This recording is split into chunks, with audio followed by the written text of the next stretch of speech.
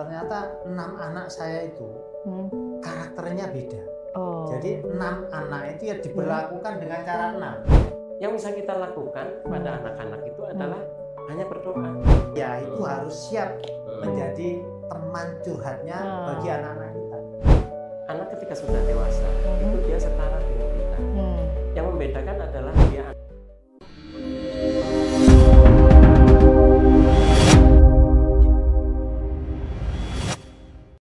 Apakah ayah tidak melakukan kontrol atau bagaimana gitu? Artinya ketika kita sudah mempercayakan, percayalah dia dapat ini dari sekolahnya, dari itu. Apakah terus dibiarkan begitu saja? Bukan Ataukah begitu ya. Jadi, gimana? kontrolnya kita kepada anak-anak itu cukup melihat bagaimana keseharian anak-anak itu bersama kita gitu itu.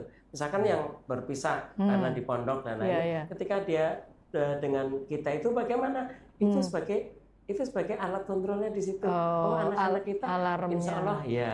Jadi insya Allah tidak ada masalah. Ya. Mungkin kalau saya sih ya, yang bisa kita lakukan kepada anak-anak itu adalah hanya berdoa. Karena kalau untuk ngomong, untuk macam-macam itu mereka sudah biasa mendengarkan. Berarti ini. harus bukan itu hanya berdoa. Maksudnya diiringi doa atau hanya berdoa? Iya, saya ketika tidak bersama anak-anak. Tadi soalnya hanya berdoa. Dan saya kalau dengan tidak bersama anak-anak, betul. Aja gitu. Nggak usah ngobrol, yang penting saya berdoa gitu. Gimana? Ketika anak-anak itu jauh dari kita, yang bisa kita lakukan adalah berdoa. Ketika anak-anak jauh dari kita, sudah tidak berkumpul dengan kita, gitu kan? Tidak. Dan ayah ini ya, nanti akhirnya gini. Ayah ini hanya sebagai tempat untuk nyandar. Jadi sudah ketemu ayah itu rasanya sudah senang gitu itu. Lihat papinya, Nah itu kayak gitu. Itu walaupun tidur udah tenang. Betul itu. Anak saya itu yang sambungannya tadi ya. Anak ragil saya ya.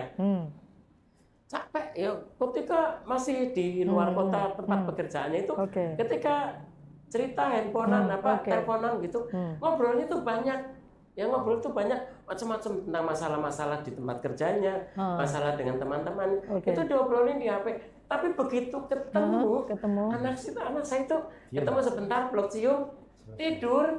Kebanyakan seharian bisa tidur di rumah. Apakah jenengan Pak Bagus tidak khawatir tuh nggak diajak ngobrol anaknya begitu, nggak khawatir nanti mereka lebih suka, kalau ceritanya Pak Iqbal tadi lebih suka ngobrol sama teman-temannya, tapi begitu ketemu kita udah habis ceritanya misalnya begitu, nggak khawatir tuh kalau kita nggak ngobrol, gimana Pak? Misalnya nanti kita nggak tahu ternyata apa gitu, ngapain gitu kan? Gimana kalau Pak Bagus menyiasati itu semua? Kalau saya tetap yakin bahwa tidur pun cukup selesai. Jadi gini. Enggak. Kebersamaan saya bersama kan sejak kecil. Jadi sejak dini kami di keluarga, saya dan istri itu sepakat sudah menanamkan rasa tanggung jawab. Kata kuncinya sejak kecil.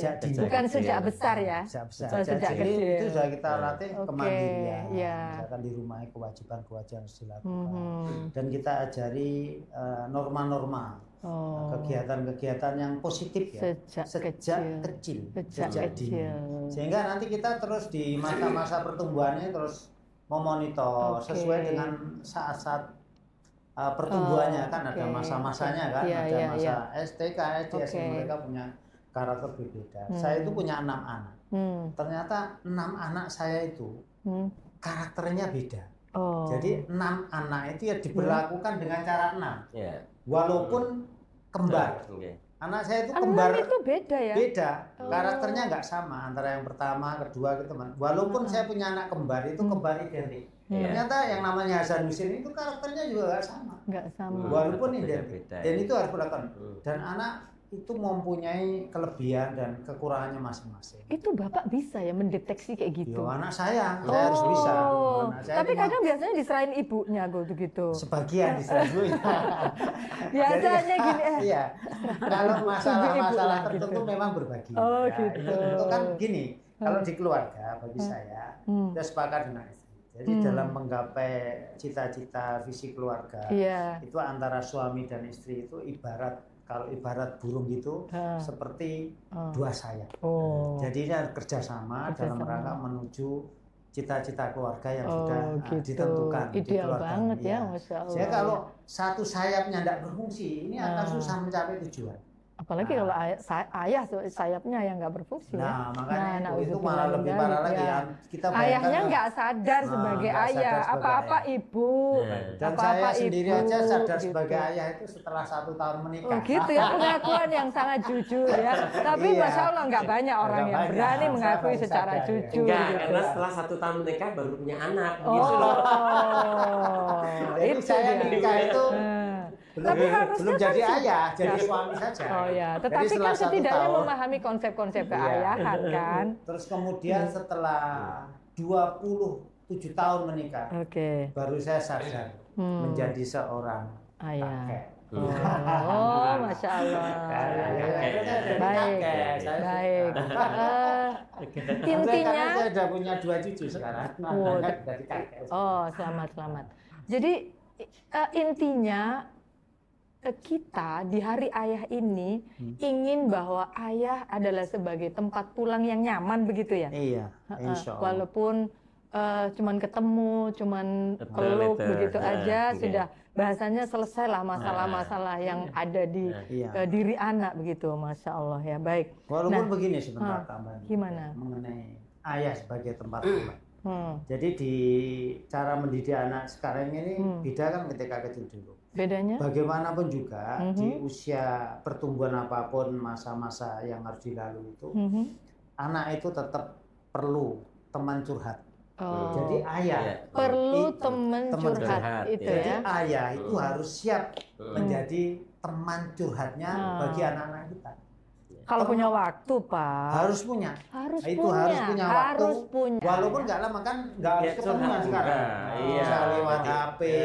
Karena gini, seperti anak saya jauh, misalkan saat krusial ya, misalkan harus menentukan pilihan kuliah, mungkin pilihan berumah tangga, itu kan harus orang tua terutama ayah itu harus siap menjadi teman curhat dan membuat anak kita nyaman. Jangan sampai anak-anak kita itu karena orang tuanya susah diajak curhat, malah curhatnya ke orang lain. Yang ini yang tidak. Mohon maaf Pak Bagus, sering terjadi.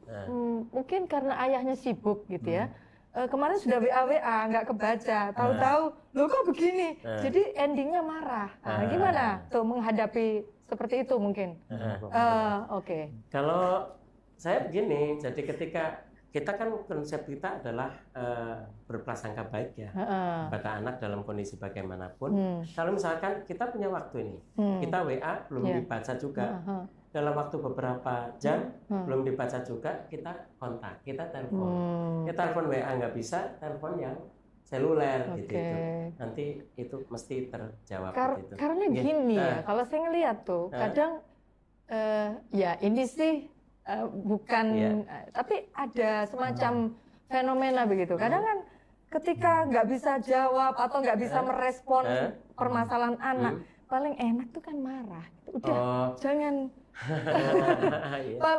kepepet gitu kan, solusi cepat gitu ya, biar dia nggak nanya-nanya lagi lah. Gimana Pak? Alhamdulillah, kalau marah ya, bisa doang. Alhamdulillah selama ini kok saya tuh nggak pernah marah sama anak. Masya Allah, gimana saya tuh? Termasuk ya. Tekniknya karena Pak? Saya teknik sudah trik-trik. Anak saya itu sudah sejak kecil kita ajari kepercayaan untuk menjaga amanah masalah tugas. Kalaupun tadi masalah WA yang tidak terjawab atau lupa terjawab, itu kan biasa namanya. Itu nanti ketika buka ya kita telepon, kita minta maaf kok nggak bisa menjawab. Mau minta maaf tuh sama iya, anak? biasa saya. Sorry deh ya, dia mengafi ya. Kalau saya sama anak saya itu biasa. Enggak ada gengsi lah, masa orang tua minta maaf sama maafnya anak? kan gini enggak, maaf jangan gitu enggak. Gimana dengan anak saya tadi ngobel mau ke sini ngantar jajan dari Jogja, kan saya nggak bisa nemui. Sorry deh ya, gitu bahasanya begitu. Sorry deh ya, tadi nggak sempat orang sehari ini masih hujan. Gitu. Biasa begitu. Minta maaf ya. Ya memang ini berani minta maaf. Jadi kita sama anak itu kalau saya gini, anak ketika sudah dewasa itu dia setara dengan kita.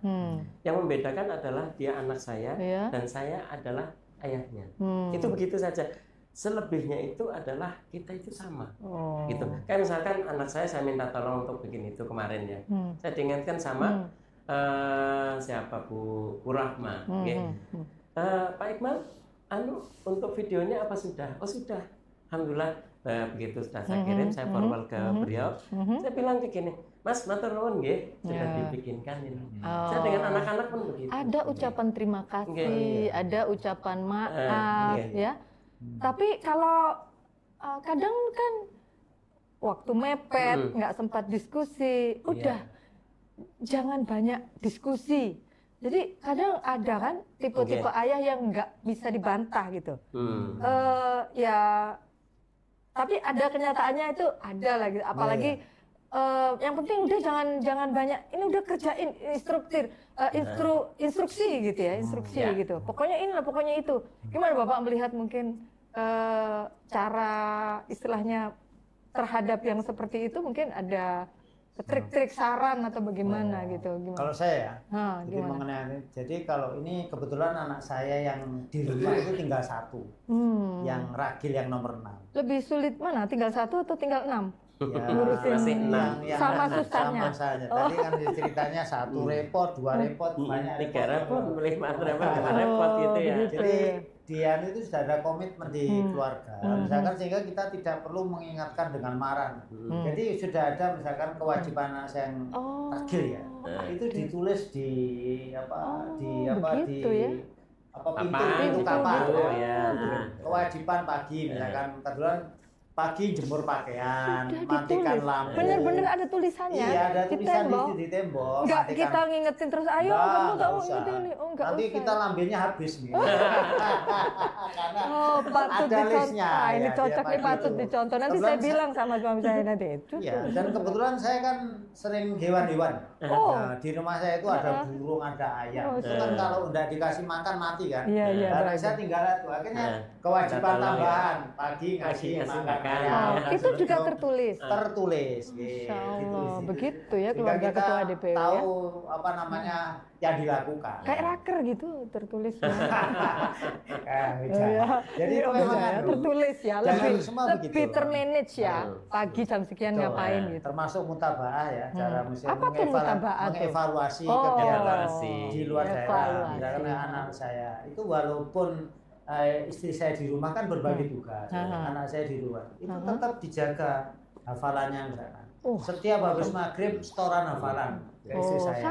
Sampai segitu istri saya itu. Ya? Sempat. Padahal ketua DPW. Istri saya itu. Istrinya. Bapak tinggal telepon aja. Tinggal telepon. Dan saya menyaksikan bahwa itu dipanggil. Ya begitu sama seperti yang dipanggil. Jadi hubungan walaupun jauh, tapi dekat ketika ada sarana komunikasi yang mendukung. Baik. Pak Iqbal, maaf. Pak Iqbal apa juga ditulis itu? Saya di enggak. Rumah? Oh enggak. Tapi anak-anak sendiri atau nulis di voice note? Ya jadi gini, catatan saya itu kan, catatan saya itu ada di istri saya. Maksudnya kok semua ada di istri? Catatan saya ada di, maksudnya gini, istri saya itu kan daya ingatnya kan memang luar biasa. Alhamdulillah. Nanti kadang kalau misalkan dia yang khawatir dia lupa, dia tulis. Ya, tapi lebih banyak menulis yang hubungannya sama angka. Yang hubungannya sama angka. Jadi catatan apa tugas anak itu semua tercatat. Misalkan Abi belum transfer nih yang sekian itu begitu.